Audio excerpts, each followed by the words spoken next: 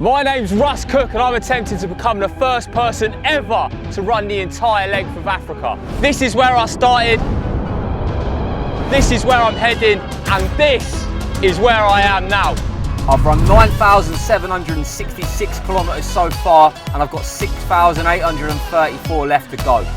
So far on the mission. I've survived alone in the desert, pissed blood, been robbed at gunpoint, thought I was going to be killed in the jungle, had my support van smashed to bits and raised £115,000 for charity. In this episode, we reach Abidjan, give away 15 laptops to a school, and the team goes head to head, trying the most and least expensive restaurants in the country.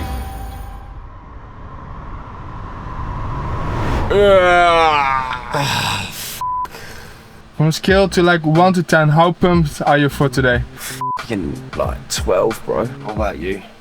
Very pumped. I'm gonna look at Russ Cook in person, stomping the tarmac.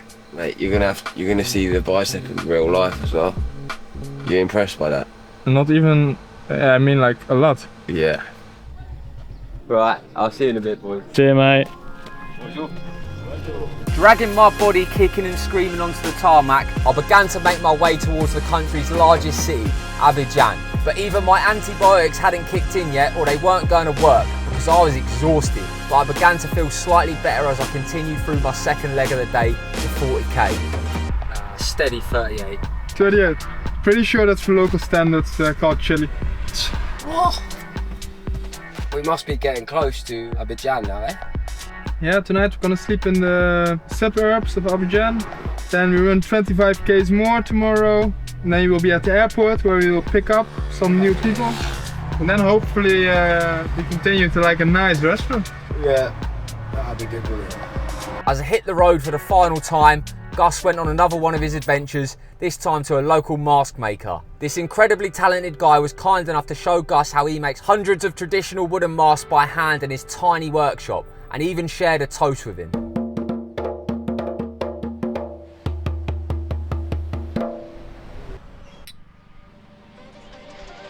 Back in the land of tarmac, the temperature dropped from 38 degrees to a light and breezy 37 as I made my way into the city. At our hotel came the moment of truth, the coin toss, to decide which of us would wine and dine in Abidjan's most expensive restaurant and who would suffer in the cheapest. We could just do editing team. You two, me, and then me and Gus. Yeah. We'll call this side heads. Got a little fish on it or something. That's heads, and then that's tails. Yeah, makes sense. I'll let you boys pick what orange you fancy. Tails never fails, really, does it? Okay, tails. Tails, yeah. It's me and Gus.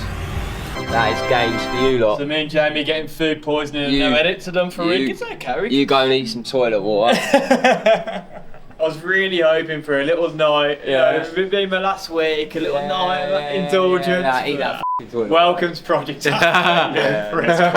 No surprises there. And you know what's most annoying as well? I know Gus wouldn't care less about eating the fancy food, and you're a delinquent who doesn't know anything about any food other than pasta and pizza. So.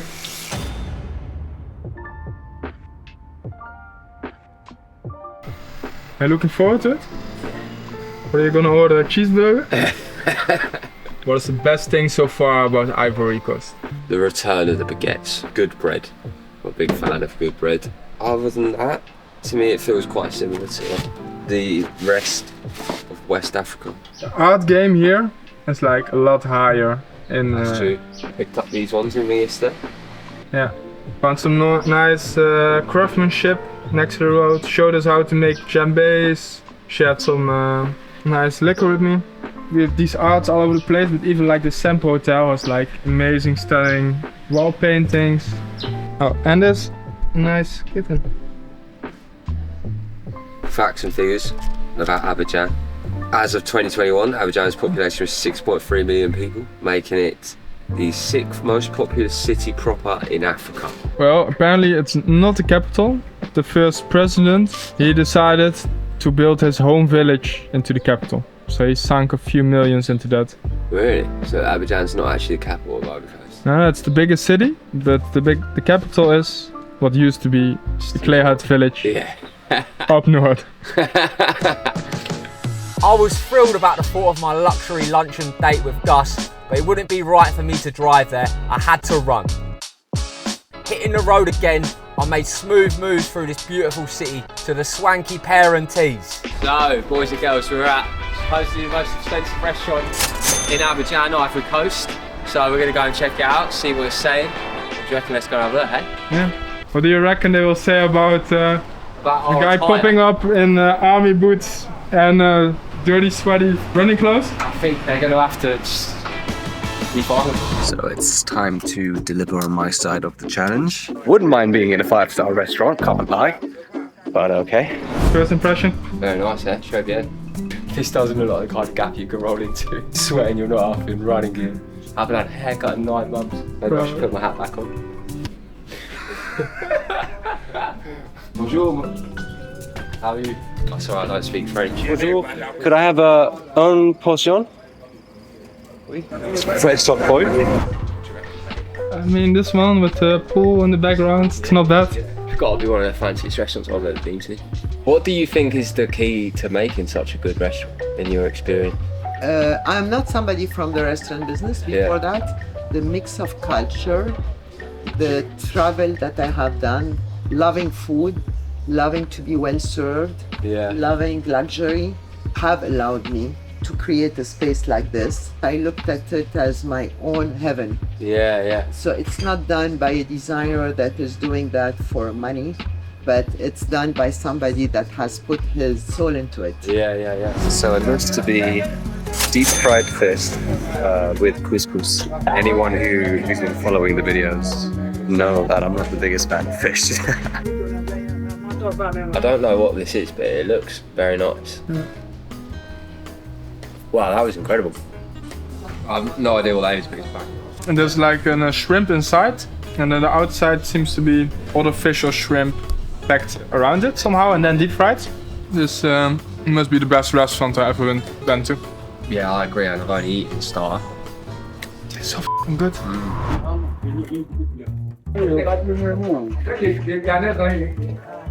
Alright, so this is it. It actually doesn't look too bad. Actually really not bad. It could have been way worse. You know what? I was expecting so much worse. Happy I'm here. Right food. Wow. Sophisticated geezer of international mystique. I'm gonna save that one for later. Save a little bit left for later. When I'm mid-run, a little snacky. That's a bone. A little bit mouldy. But, you know, there's nothing wrong with some rotten fish. At least the edges. The rest is fine. Absolutely conquered that fish. Challenge comfortably won, I left the Pear and Teas. Sad that it was probably the nicest restaurant I'll ever eat at in my life, but comforted knowing that I hadn't just eaten rotten fish. Fueled up and ready to roll, I leapt back onto the road to finish my jaunt through the city. The next morning, our producer Josh arrived on the scene and I confided in him with a devastating truth. You know what I thought about yesterday, which made me sad? If I'd stuck to the original plan, I'd be hitting the finish line in 4 days. Actually, 3 days now. What would have had to change to make it possible for you to do that? More resources, more earlier. Got a little thing on your lens. It's alright. And why? Whatever.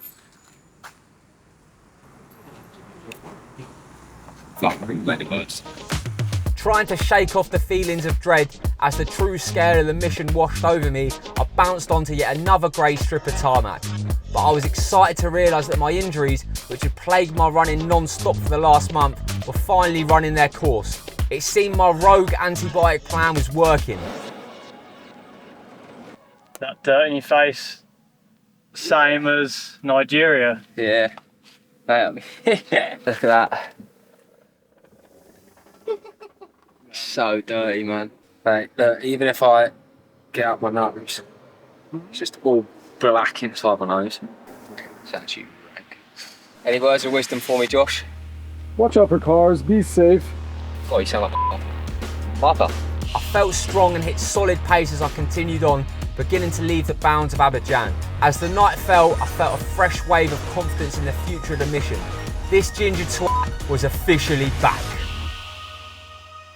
Despite my returning strength, I didn't hit the road straight away this morning. I had something more important to do. A few months ago, Intel reached out to me about collaborating with them to promote their incredible new Intel Evo laptops.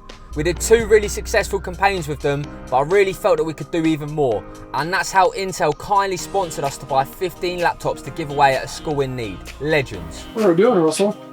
We're getting some laptops. How many laptops? We've got 15, eh? Yeah. 15 high quality Intel. The budget was like about 13, but with a big discount of the owner, we were able to get 15. It's our first time for charity, so that's why I'm excited for it. Awesome. I think they're going to be well happy with that. Let's go give away some laptops. Let's do it. What a wild life experience to have the chance to give away 15 laptops to a bunch of kids in West Africa. Pretty privileged to experience this. Amazing the impact it's probably going to have, like with the fast developing world.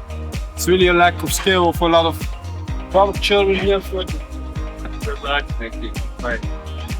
Right, let's do it.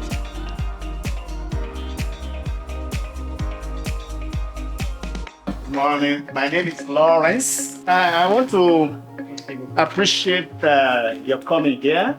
It's a wonderful thing to receive you. We want to pray for you as well. Is it okay to pray for you? Yes. No. Then we let you go. It's good. You are choosing us as beneficiaries, and so we're so blessed. Thank you very much. It's a good opportunity to try and lift up people if you have the means to do so. If you have the means and the resources to try and help someone that needs it, then I think it's a good thing to do, eh? Hello. We have a group of friends here. They are here to do a donation. You want to bless us? You want to give us a gift? Hi everyone, my name's Lance.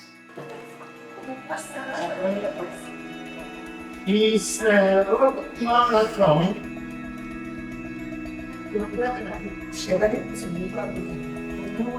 where you're having about 400 students. Yeah. And only 20 desktop computers. Yeah. So having this added to them from Rush, from you, will actually be a great improvement and development for us. So we appreciate it. Amazing. We're in a digital world, yes. Actually, and most of the things that are done digitally have to be done on computers. Mm-hmm. And so it actually may bring a kind of limit. You don't have devices like this to work. It limits how far you can learn, it limits how much you can have access to. It's fair to say that even this tiny act made a huge difference to this school. Thank you, Intel, for allowing me the privilege of giving back to the countries that have welcomed me with open arms onto their tarmac. Obviously, it's a great thing to be able to do, but it's a very small contribution. But like, it's nice to be able to do it. You know, I mean, it's cool. Russ, what do you think of what Russ is doing? When I first heard the project, I was definitely a bit jealous. I thought, like, spent all my f***ing savings cycling around Africa. This geezer was getting paid for it. So I really respect that, the business side that he tackled on this mission. I think that's, for me, personally the most impressive. So you let the boy get on the road? Yes, please. All right, it, I'll go. It was late in the day now, but I still wanted to make some progress, so I hit the tarmac back in the countryside of Côte d'Ivoire. Yet again, I was feeling fresh and strong, just like the name of this town. I made it to 20k at a tidy pace.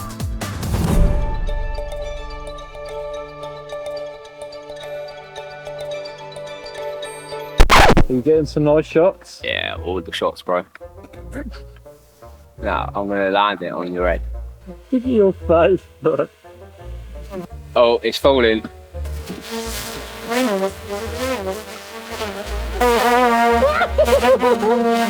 Let's get James.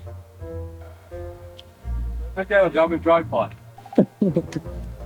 What's happening? Fucking missing here.